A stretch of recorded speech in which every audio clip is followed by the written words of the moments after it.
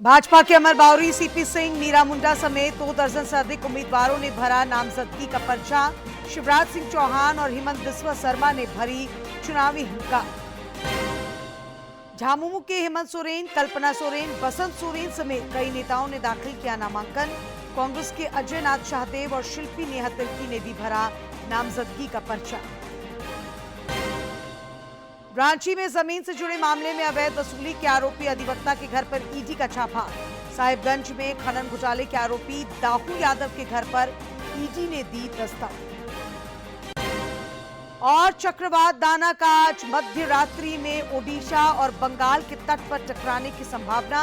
झारखंड के कोल्हान समेत कई जिलों में आज और कल भारी बारिश की चेतावनी।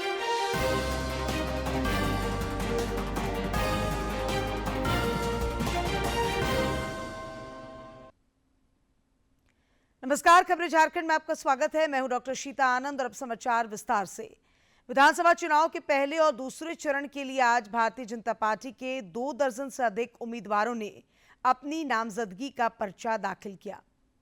बोकारो के चंदन क्यारी से भाजपा प्रत्याशी अमर कुमार बावरी ने चास अनुमंडल पदाधिकारी कार्यालय में नामांकन दाखिल किया। बाद में मीडिया से बातचीत में उन्होंने कहा कि राज्य में गठबंधन की सरकार से जनता ऊब चुकी है।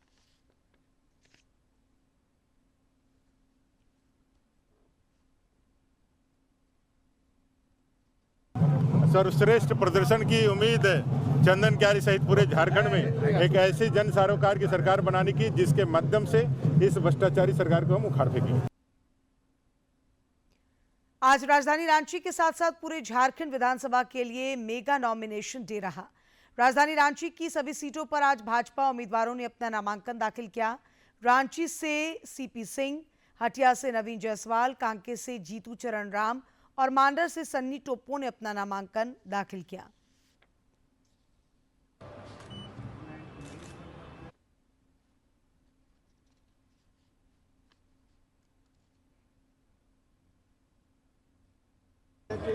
जिसको आशीर्वाद देंगे जीतेगी। मैं तो 100% जीत का दावा करता हूं।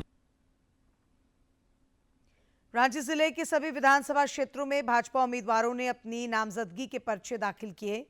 बाद में रांची में एक जनसभा का भी आयोजन हुआ जिसमें भाजपा के विधानसभा चुनाव प्रभारी शिवराज सिंह चौहान भी शामिल हुए। इस दौरान उन्होंने जमकर राज्य की हेमंत सरकार पर निशाना साधा और कहा कि इस बार राज्य में एनडीए की सरकार बनेगी।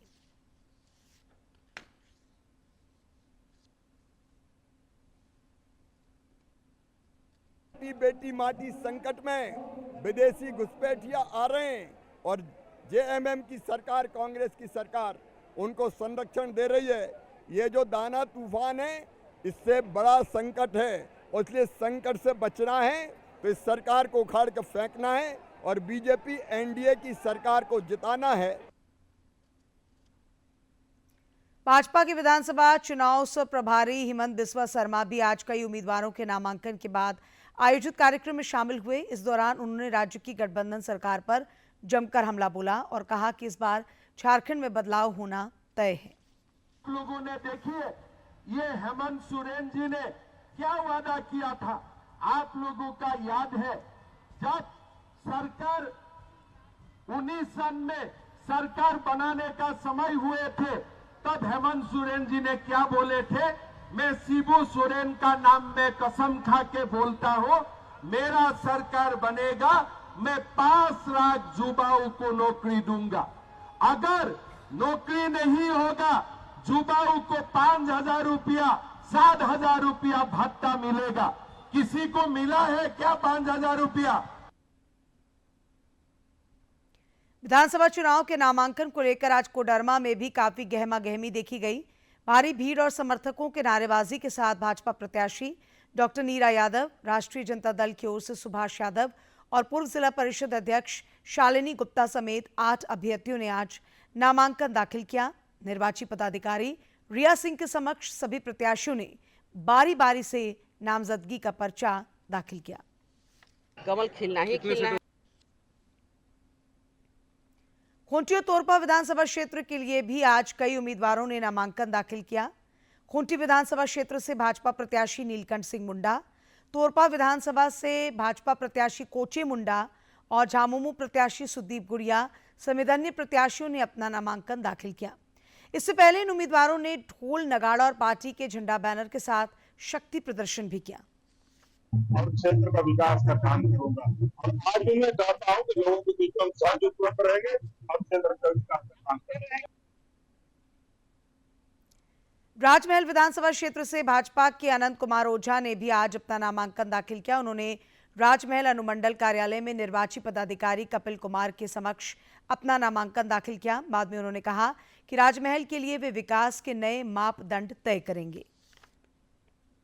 भय मुक्त करने की दिशा में हमारा पूरा प्रयत्न रहेगा कि राजमहल विधानसभा में हर लोग सुरक्षित रहे, हर नागरिक सुरक्षित रहे, हर लोग अपनी बातों को रखने का अधिकार हो। पोचका विधानसभा क्षेत्र से भाजपा की मीरा मुंडा ने भी आज अपना नामांकन दाखिल किया। इस दौरान उनके साथ पार्टी के कई समर्थक भी मौजूद थे। मौके पर उन्होंने कहा कि वे पोचका की जनता की आवाज बनेंगी।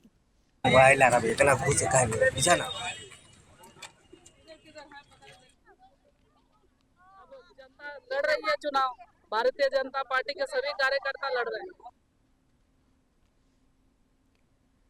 उधर जमशेदपुर पूर्वी से भाजपा की उम्मीदवार पूर्णिमा साहू ने भी अपना नामांकन का पर्चा दाखिल किया। इस दौरान उन्होंने कहा कि जमशेदपुर पूर्वी में लोगों को बेहतर सुविधाएं मिले, इसका वे ख्याल रखेंगे। समाचारों का उन परिस्थितियों को सामना करते हुए मैं आगे निकल जाऊंगी।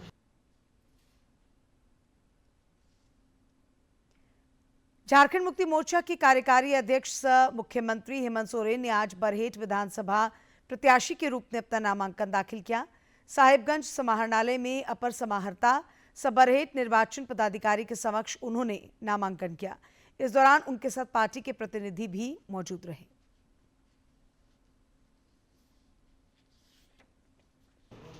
ईश्वर की शपथ लेता हूँ, पूरी तरह से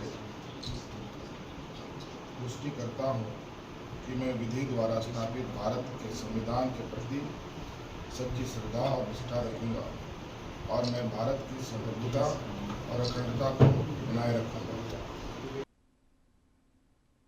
गिरिडीह जिले के 6 विधानसभा क्षेत्रों के लिए आज भाजपा और झामुमो समेत कई दिग्गज प्रत्याशियों ने अपना नामांकन दाखिल किया। गांडे से झामुमो की कल्पना सोरेन, गिरिडीह से झामुमो के सुदिव्य कुमार सोनू ने भी अपना नामांकन दाखिल किया। उधर जमुआ से भाजपा की मंजू देवी और गांडे से मुनिया देवी ने भी अपना अपना नामांकन दाखिल किया। साथ ही डुमरी से JKLM के जयराम महतो और धनबाद से माले के राजकुमार यादव ने भी अपना नामांकन दाखिल किया। भाजपा उम्मीदवारों के नामांकन कार्यक्रम में केंद्रीय मंत्री अन्नपूर्णा देवी भी शामिल हुई। मोर्चा के परिवार के हमारे यहाँ पर में हम लोगों ने 3 सदस्यों ने 3 उम्मीदवारों ने अपना नामांकन किया है और सभी को यही कहना चाहेंगे कि हमारे जितने भी वोटर्स हैं और उन सभी को ये पर्व मनाना है और इसमें अपनी पूरी भागीदारी देनी है और अपना वोट सबको देना है। घर में गांडे और जमुआ विधानसभा के हमारे प्रत्याशी मुनिया देवी जी, डॉक्टर मंजू मानी जी नामांकन करके यहाँ उपस्थित हुए हैं लोगों का आशीर्वाद लेने के लिए और जमुआ और गांडे विधानसभा की ओर से लोगों का आशीर्वाद सहयोग पूरा। दुमका जिले में नामांकन पत्र दाखिल करने के आज तीसरे दिन दुमका अनुसूचित जनजाति विधानसभा निर्वाचन क्षेत्र से झारखंड मुक्ति मोर्चा के प्रत्याशी बसंत सोरेन ने अपना नामांकन दाखिल किया।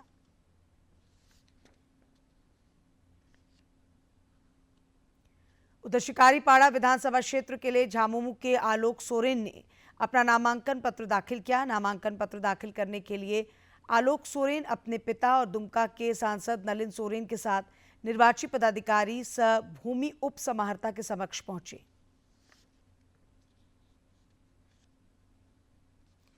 रांची विधानसभा सीट के लिए झामुमो की महुआ माझी ने भी अपना नामजदगी का पर्चा दाखिल किया। उन्होंने रांची के SDO के समक्ष अपना नॉमिनेशन किया। उधर हटिया विधानसभा सीट से कांग्रेस के अजयनाथ शाहदेव और मांडर से शिल्पी नेहा तिर्की ने भी अपना नामांकन दाखिल किया। नामांकन दाखिल करने के बाद पत्रकारों से बातचीत में महुआ माझी ने कहा कि रांची की जनता इस बार बदलाव चाह रही है।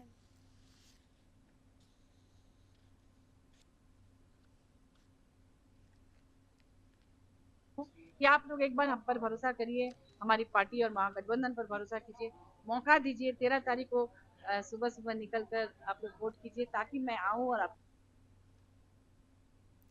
उधर राजमहल विधानसभा क्षेत्र से झारखंड मुक्ति मोर्चा प्रत्याशी एमटी राजा ने भी अपना नामांकन दाखिल किया। उन्होंने राजमहल के निर्वाची पदाधिकारी कपिल कुमार के समक्ष अपना नामजदगी का पर्चा दाखिल किया। दुमका जिले के जरमुंडी विधानसभा निर्वाचन क्षेत्र से कांग्रेस के प्रत्याशी बादल ने भी आज नामांकन दाखिल किया। जरमुंडी के निर्वाची पदाधिकारी से जिला आपूर्ति पदाधिकारी को उन्होंने अपना नामांकन पत्र सौंपा।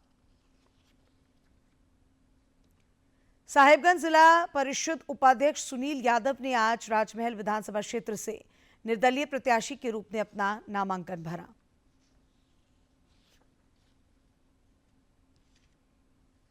दूसरा है कि साहिबगंज में हमारे गंगा पुल बन रहा है। राजमहल में जो मानिक चौक गंगा पुल है, जितने के बाद सर्व प्राथमिकता इनको देंगे।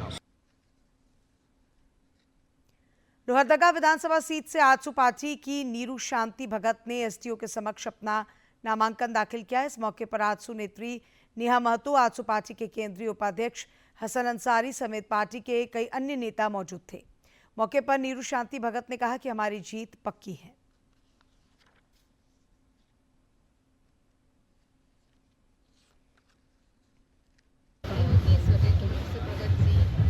सपना है लोहरदगा के विकास के लिए था और अभी रुक गया है उनका विकास, तो मैं सब पूरा करने के लिए ही आई।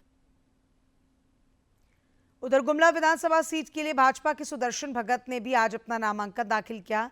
उन्होंने कहा कि इस चुनाव में गुमला की जनता का उन्हें प्यार मिलेगा और वे यहां कमल खिलाएंगे।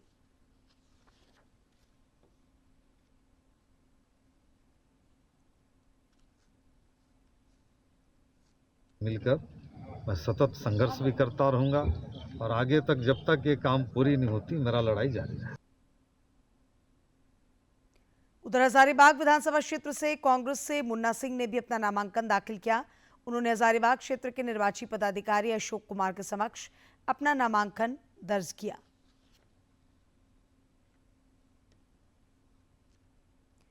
जदयू कोटे से जमशेदपुर पश्चिमी के लिए सरयू राय ने आज अपना नामांकन दाखिल किया। बाद में पत्रकारों से बातचीत में क्षेत्र के विकास की प्रतिबद्धता दोहराई।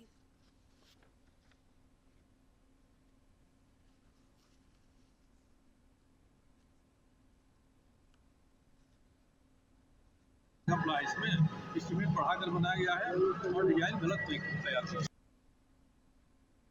विधानसभा चुनाव में मत प्रतिशत बढ़ाने के लिए स्वीप के तहत कई राज्य भर में कार्यक्रम आयोजित किए जा रहे हैं। गिरिडीह में मतदाताओं में जागरूकता पैदा करने के लिए रन फॉर डेमोक्रेसी का आयोजन किया गया। गिरिडीह झंडा मैदान में स्वीप के तहत रन फॉर डेमोक्रेसी का आयोजन किया गया। इस कार्यक्रम में हजारों स्कूली बच्चों ने भाग लिया। जिला निर्वाचन पदाधिकारी सह उपायुक्त नमन प्रियेश लकड़ा ने लोगों को मताधिकार का उपयोग करने की शपथ दिलाई। हम लोग ये जरूर चाहेंगे कि हमारे जो 6 विधानसभा क्षेत्र हैं उनमें मतदान का प्रतिशत पिछले लोकसभा चुनाव 2024 और उससे पहले 2019 के आम चुनाव से बेहतर हो सके, इसके लिए हम लोग लगातार प्रयासरत हैं। जिला निर्वाचन पदाधिकारी ने बताया कि गिरिडीह, जमुआ, धनवार, गांडे, बकोदर और डुमरी विधानसभा क्षेत्र के लिए दूसरे चरण में 20 नवंबर को वोट डाले जाएंगे। विधानसभा आम चुनाव 2024 2 चरणों में संपन्न होने हैं। गिरिडीह जिला के सभी 6 विधानसभा क्षेत्रों में सभी मतदान केंद्रों में द्वितीय चरण यानी कि 20 नवंबर को मतदान निर्धारित है।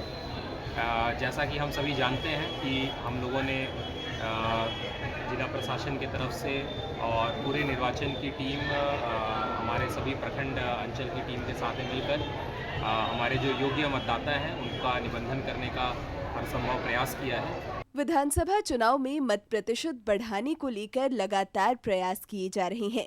उन इलाकों में ज्यादा जागरूकता अभियान चलाए जा रहे हैं जहां पिछले निर्वाचन के दौरान मत प्रतिशत कम। विधानसभा चुनाव से पूर्व ईडी ने बड़ी कार्रवाई की है। ईडी ने आज राजधानी रांची के अधिवक्ता सुजीत कुमार के घर पर छापा मारा। अधिवक्ता पर ईडी के नाम पर जमीन से जुड़े मामलों में करीब 5 से 7 करोड़ रुपए की अवैध वसूली का आरोप है। इधर खनन माफिया दाऊ यादव के साहेबगंज स्थित आवास और परिसर पर भी ईडी ने आज छापेमारी की। विभिन्न मामलों में कोर्ट से दाऊ यादव को अस्थायी वारंट मिला हुआ है, लेकिन वो लगातार फरार चल रहा है। उसी की तलाश में ईडी ने ये छापेमारी की। हालांकि दाऊ यादव वहां नहीं मिला। और अब कुछ खबरें राज्य के विभिन्न जिलों से।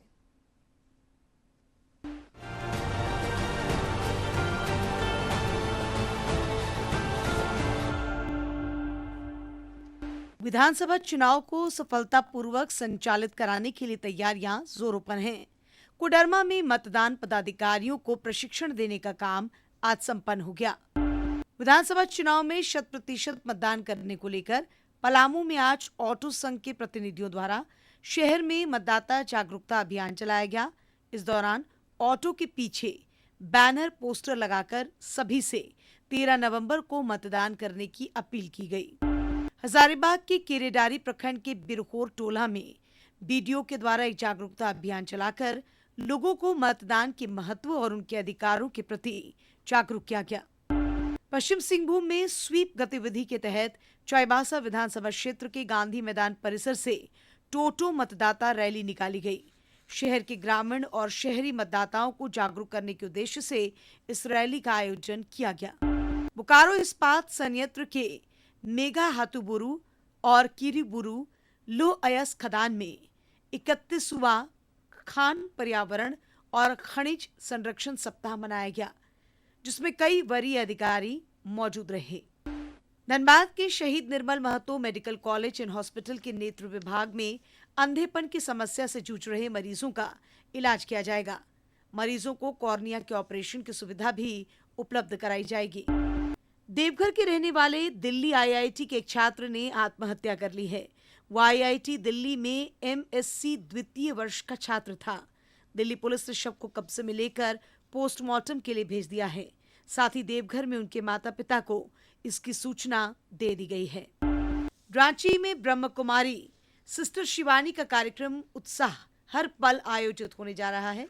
10 नवंबर को खेलगांव के हरिवंश टाना भगत स्टेडियम में इसका आयोजन किया जाएगा। कार्यक्रम में शामिल होने के लिए पूर्व पंजीकरण की आवश्यकता है।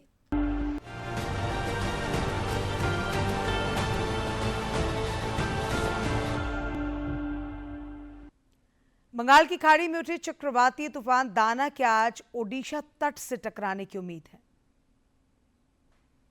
से तटीय इलाकों की ओर बढ़ रहा है। फिलहाल ये तूफान पारादीप से 280 और धामरा से 310 किलोमीटर दूर है।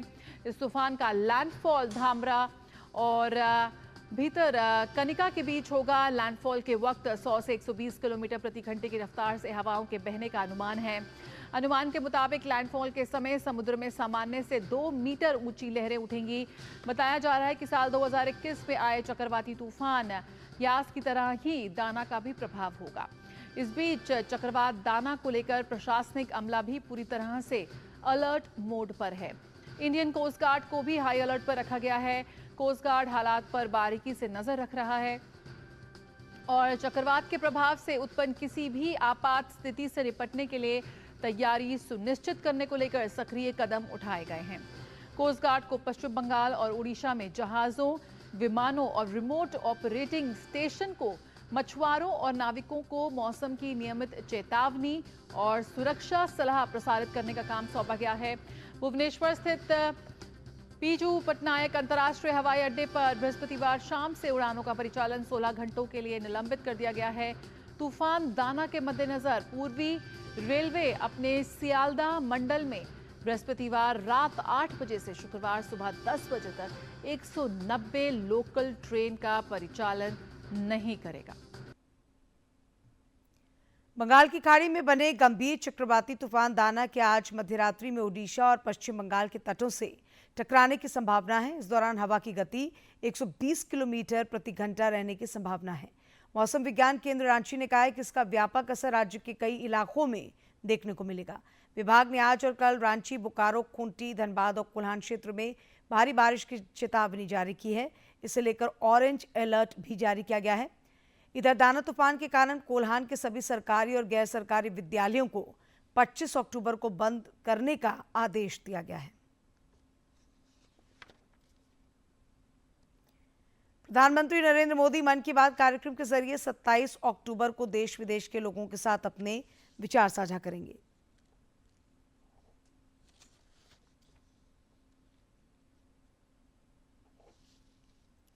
विचार साझा करेंगे। ये मासिक रेडियो कार्यक्रम की 115वीं कड़ी होगी। श्रोता टोल फ्री नंबर 1800-117800 पर कार्यक्रम के लिए अपने सुझाव भेज सकते हैं। माई गॉव, नमो ऐप पर भी सुझाव भेजे जा सकते हैं। सुझाव भेजने की अंतिम तिथि 25 अक्टूबर है। कार्यक्रम का प्रसारण आकाशवाणी और दूरदर्शन के समूचे नेटवर्क पर होगा। कार्यक्रम आकाशवाणी समाचार की वेबसाइट और न्यूज ऑन AIR ऐप पर भी उपलब्ध रहेगा। आकाशवाणी समाचार, दूरदर्शन समाचार, प्रधानमंत्री कार्यालय तथा सूचना और प्रसारण मंत्रालय के YouTube चैनलों पर भी इसका सीधा प्रसारण किया जाएगा। और अब जानते हैं आज के इतिहास के बारे में।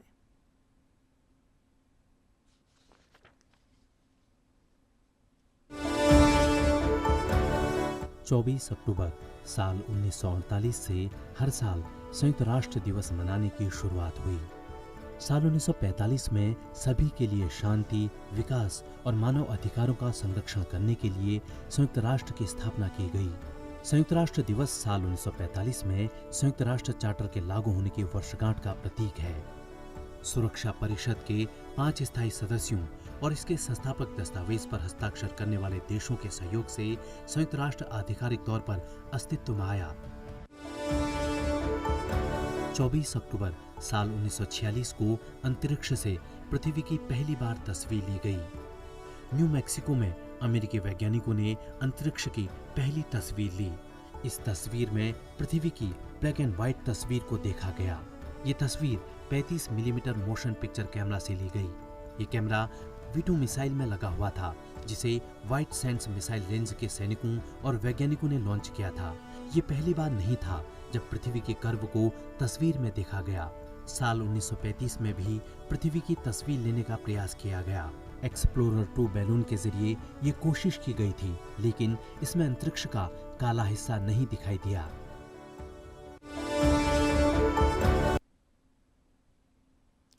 और सेहत की बात में जानते हैं सही आहार के बारे में।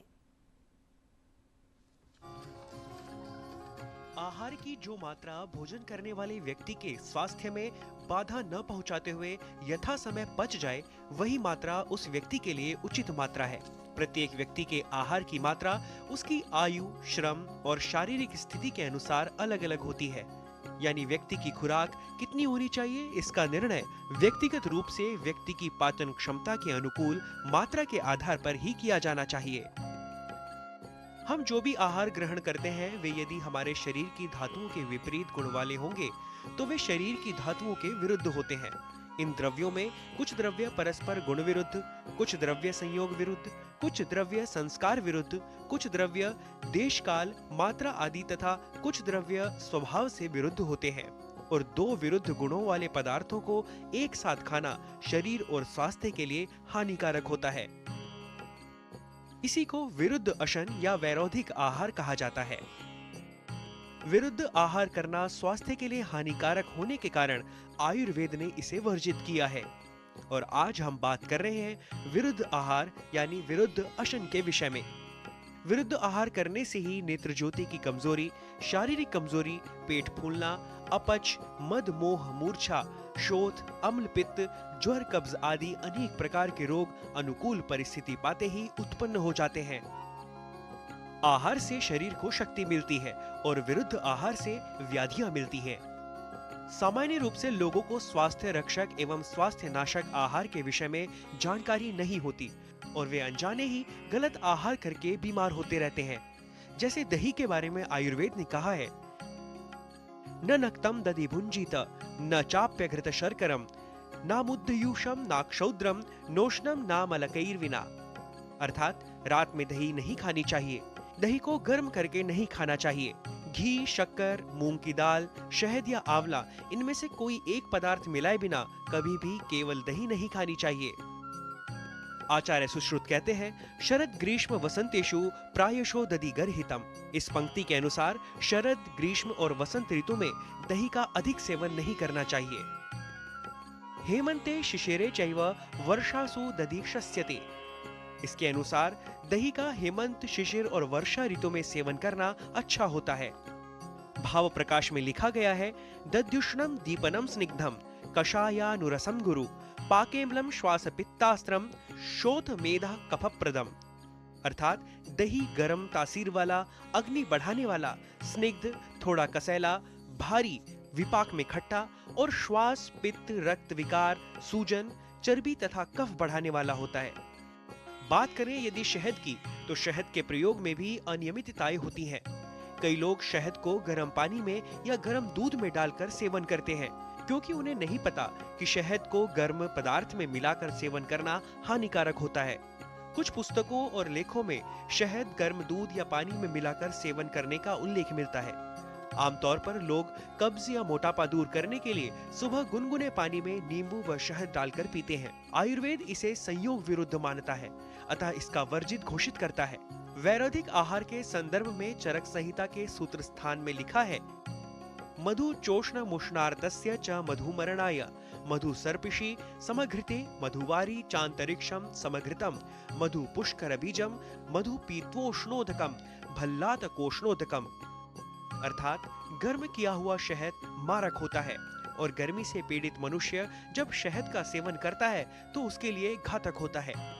शहद और घी समान मात्रा में, मधु और आकाश यानी वर्षा का जल समान मात्रा में, मधु और कमल खट्टा समान मात्रा में, शहद पीकर गर्म जल पीना या गर्म जल के साथ शहद पीना, भिलावा और गर्म जल एक साथ लेना आदि कार्य घातक होते हैं।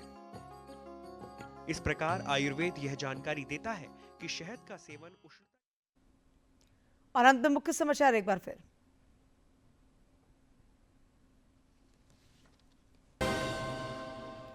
भाजपा के अमर बावरी, सीपी सिंह, मीरा मुंडा समेत 2 दर्जन से अधिक उम्मीदवारों ने भरा नामजदगी का पर्चा। शिवराज सिंह चौहान और हेमंत बिस्वा शर्मा ने भरी चुनावी हुंकार।